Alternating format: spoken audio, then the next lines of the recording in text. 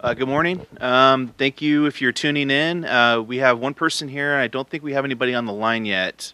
But this is the follow-up stakeholder meeting for our proposed Career Technical Education Facilities Program regulations for tiebreakers. We met last on, I believe, July 18th, and we got lots of feedback. I want to thank everybody for that. We got a lot of really good feedback here. And I think we actually even got some after the meeting, and we really appreciate everyone who took the time to send us some feedback or come in person. With that, I think this may be a short meeting. We'll see how it goes. But like I said, we only have one person here, Mr. Kelly Long, and then I don't see anybody yet on the telephone. So we'll keep it open for a while. But I'm going to let Tracy go ahead and go over the changes that we're proposing, and we'll see where it goes from there. Good morning, everyone. It's Tracy Sharp from OPSC. So thank you, Brian, for the introduction and again for your comments. So basically, if you have your handout or the meeting report or agenda for this meeting, we've decided to go ahead and include some proposed regulation amendments for your consideration, and look forward to any comments in this meeting that you may have. Our goal is to put these in place as tiebreakers for the any upcoming cycles of the Career Technical Education Facilities Program. As we noted in our background at the prior meeting, we had over 40 instances of ties on our list.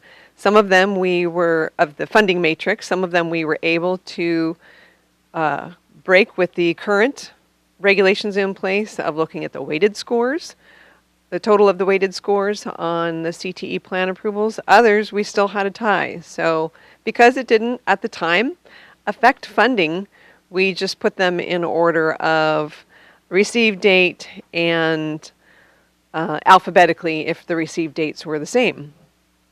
So moving forward, we presented 7 potential options in our last meeting for your consideration of options for what to use as additional stakeholders and to add, or as additional tiebreakers for what to add into regulation.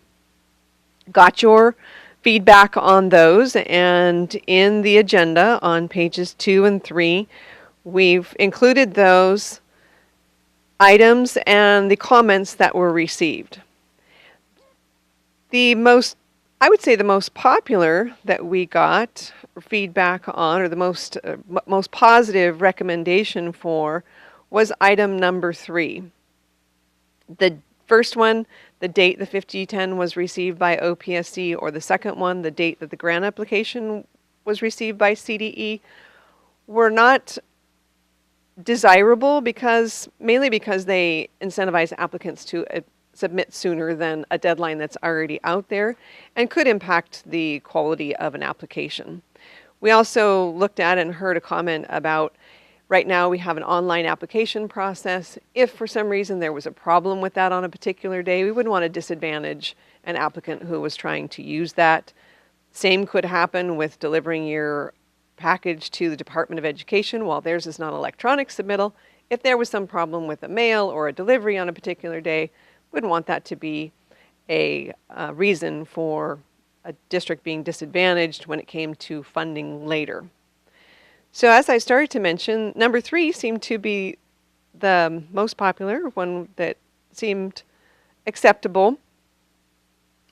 Looking at the first-time recipients of Career Tech funding, is the applicant between the two, if we had a tiebreaker, or it could be more than 2 or more. Had this applicant received funding previously, either in the current cycle, so we'd be looking at the funding matrix, and would that applicant be receiving funding for another application in the matrix, or did the applicant receive funding in the most recent funding cycle, the one that would have occurred just prior to the current one that we were preparing for funding. There were 4 others that we put out there, looked at service regions who had the fewest applications funded, didn't really get any comments on that.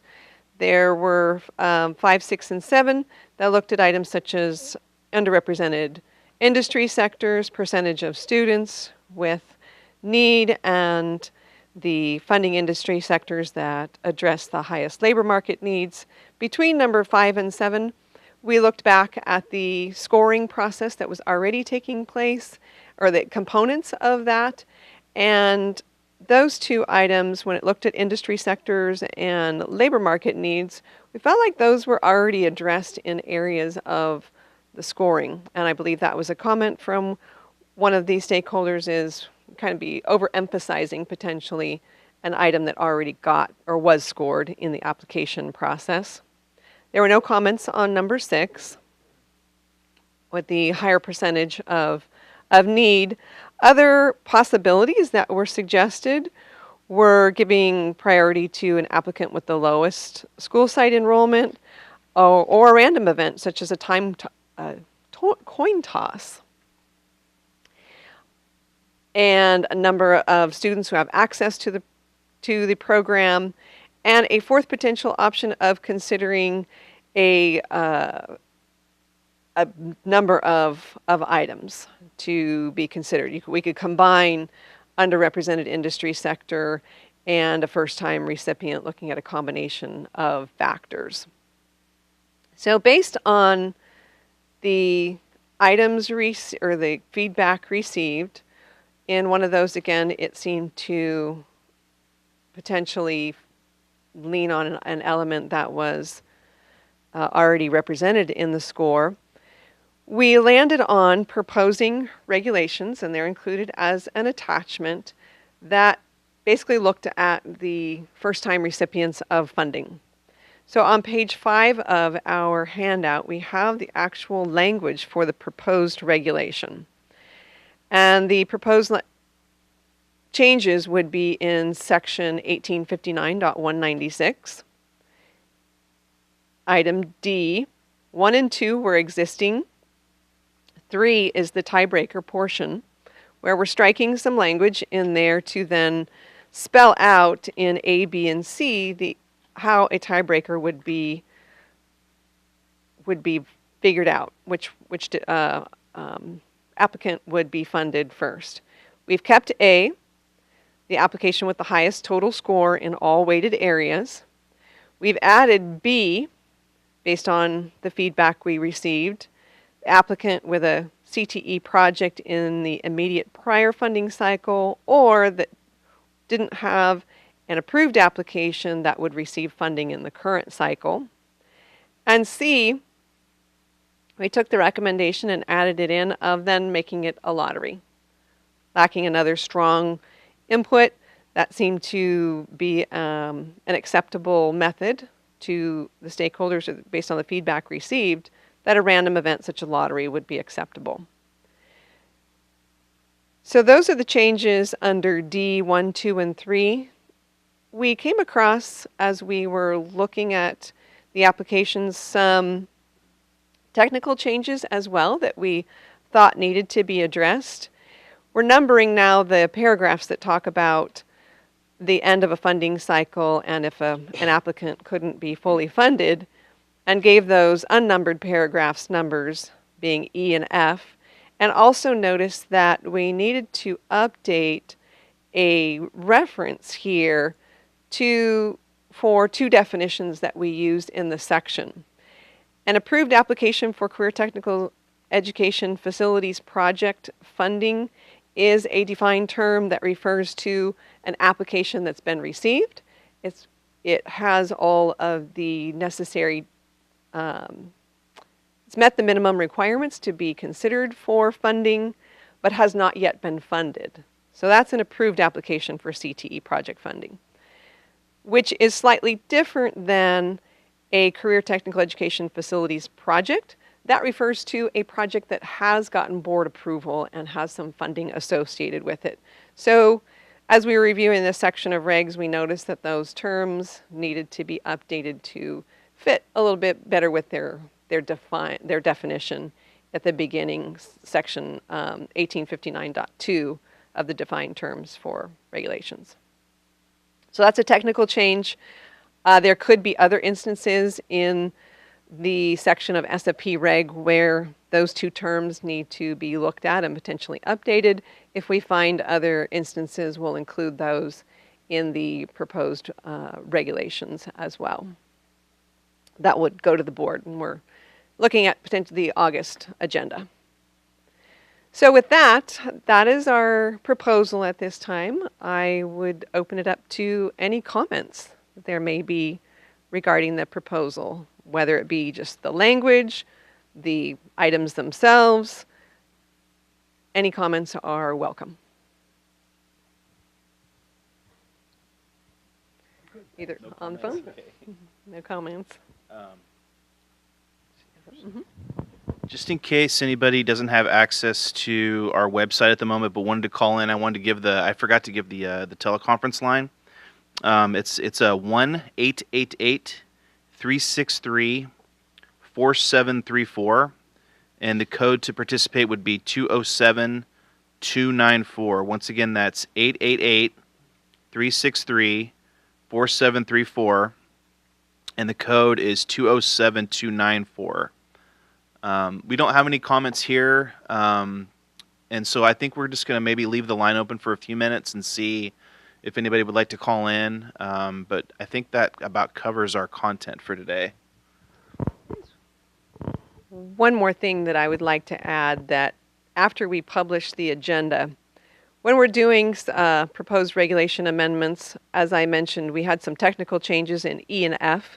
There is one other section of reg that, or the regulations, that I noticed as I was reviewing this, the regulations overall, that will be included as a technical change. I'm just going to put it out there for the record on this at this meeting.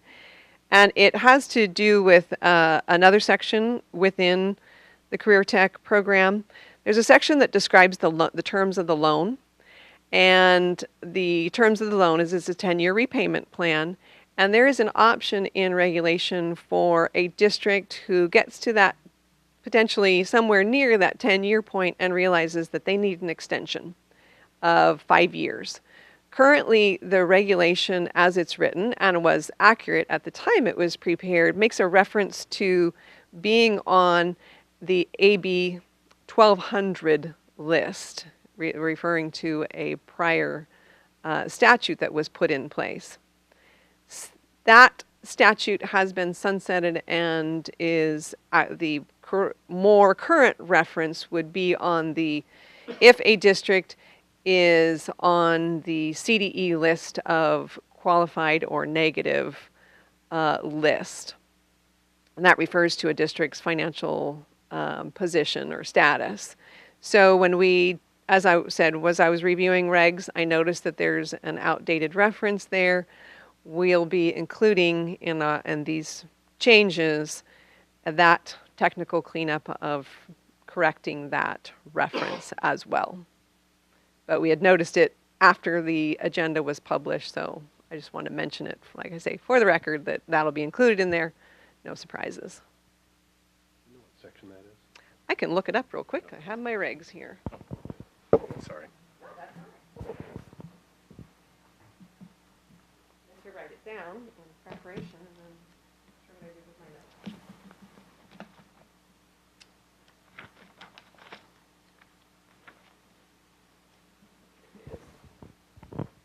It is section 1859.194, and it is B1, little b1. And the current statement says, the loan term shall be set at 10 years with a one-time extension of 5 years if the applicant is in jeopardy of becoming financially insolvent and becoming subject to the requirements of Assembly Bill 1200, Chapter 1213, Statutes of 1991. There are other sections of SFP regulation that have been updated, and we want to make this section consistent with the other sections where there's another section that speaks to repayment under the SFP, and it refers to the more current CDE list. So we're going to bring this one up to speed to match those.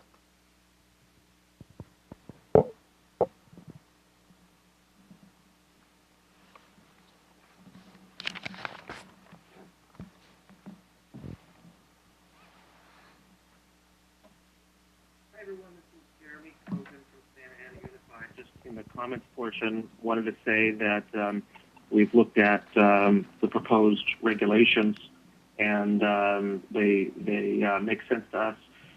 So nothing particular on today's discussion, but I did want to once again share our view that we'd love to request future stakeholder discussions on the locale-based system, perhaps in the future before future rounds of funding. But that's all I have for comment today.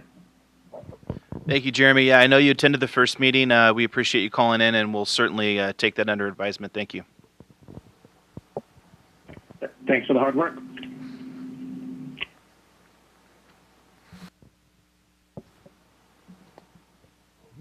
Something I'd like to point out that I'm not sure I did earlier, that don't want to give any surprises here. You'll notice in the prior language, if I look at the attachment on page 5, the prior language said in the event 2 or more applications have the same career technical education plan score and are in the same locale. That second criteria of and in the same locale has been stricken and is not in the new language. And that was purposeful, because what we found as we were preparing the matrix in cycle 4 is that there were instances of ties where districts were not in the same locale. It could be an urban and a suburban that both have a score of 125, and they're in the same place on the list where a decision needs to be made of who gets funding. So that strike of and the same locale was intentional and is not included in the proposed amendments. It's taken out because we want to be sure that we don't have to come back and make new regs later to deal with a tie where 2 different locales are competing for the funding and there is a tie that can't be broken by the weighted score. Thanks for that clarification and pointing that out. You're welcome.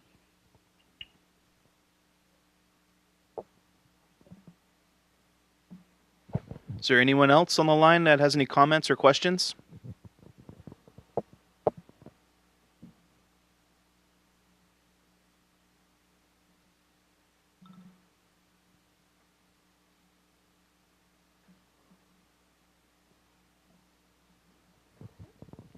Hearing nothing else, if you weren't able to tune in today, or if you weren't able to listen or attend, and you still had some comments, we would still consider them. We have to publish the item very soon, but we have a little bit more time. If you did have something that you really needed to get to us, we would certainly take a look at it, so please do so. However, our meeting's coming up on August the 15th. We're going to be indexing and publishing in the next week or so. I think our index goes out Friday. Index, so it wouldn't Yeah. impact the index. It wouldn't impact the index. The final item. So Yeah. within the next 4 business days would be most helpful. Yes. Yeah. So that's, say no later than Tuesday or Wednesday. COB? Tuesday. Yeah, I think Tuesday would be Tuesday pretty COB. good. Yeah, Tuesday COB would be, we'd be able to actually incorporate if it's something that we needed to do that with. So yeah, the sooner the better. Anything after Tuesday would be really hard for us to kind of work with. But we would certainly like to hear any kind of comments you have. So I think with that, I think we're going to wrap this up. Do you have anything else? Okay.